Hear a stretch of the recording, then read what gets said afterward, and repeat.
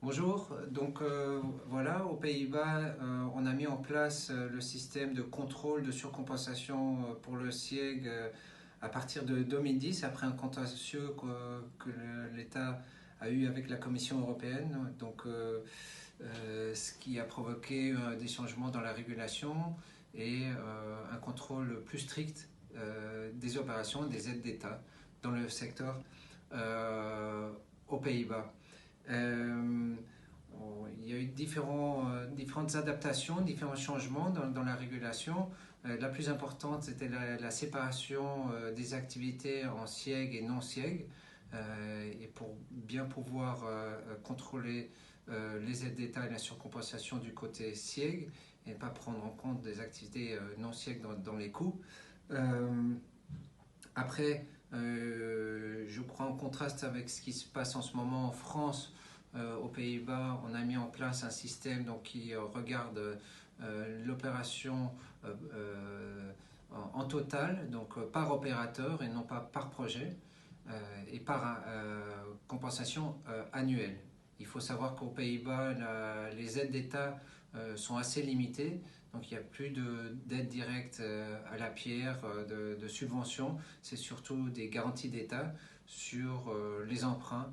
Et comme les emprunts ne sont pas liés directement à des projets, l'État et le contrôleur, le régulateur a choisi de faire un contrôle donc annuel par opérateur.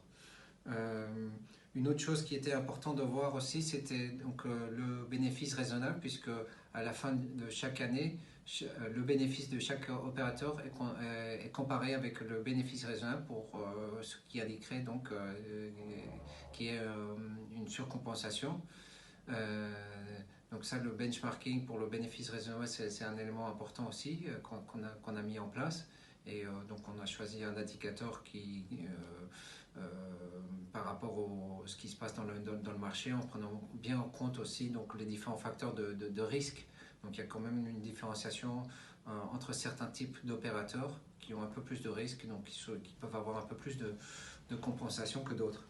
Après, un autre élément important, c'est la valorisation du parc, puisque quand on regarde le bénéfice raisonnable, c'est un bénéfice qui est sur donc, le résultat divisé par la valeur de l'actif.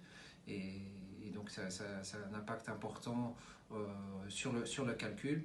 Aux Pays-Bas, on a donc mis en place depuis quelques années une valorisation marché des, du parc de logement social. Donc ça c'est obligatoire pour tous les opérateurs. Voilà, ça c'est les éléments les plus importants dans le secteur aux Pays-Bas. Il faut juste savoir donc, que la méthode a été mise en place, c'est pas encore mis la régulation, mais les opérateurs font les calculs de toute façon tous les ans et ont déjà commencé à regarder s'il n'y a pas de surcompensation.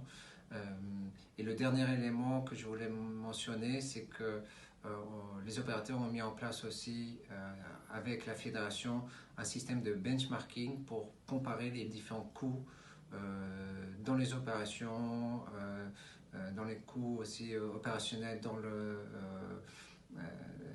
chez chaque bailleur pour pouvoir comparer et pour être sûr donc qu'il n'y a pas des coûts trop élevés dans le côté SIEG.